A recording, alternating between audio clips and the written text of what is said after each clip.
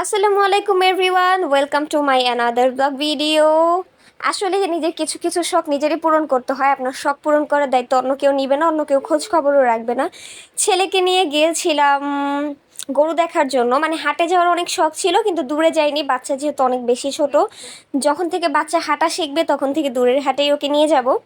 তো দেখুন, বাড়ির কাছেই শুনলাম আমাদের পরিচিত এক মামা, ইসরাফিল মামা, হাট দিয়েছে। উনি এখানে মহিষ তুলেছিল।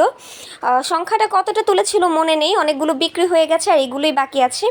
তো আমি গিয়ে ভিডিও নিচ্ছিলাম। স্ক্রিনে কিন্তু নম্বরে দিয়ে দিয়েছি।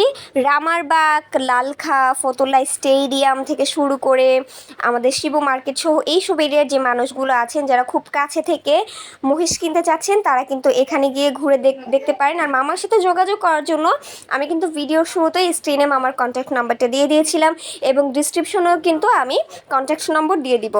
লোকেশন যারা আমাদের লালখা, রামারবাগ, ফতুল্লা স্টেডিয়াম এলাকার আছেন তারা তো জানেনই।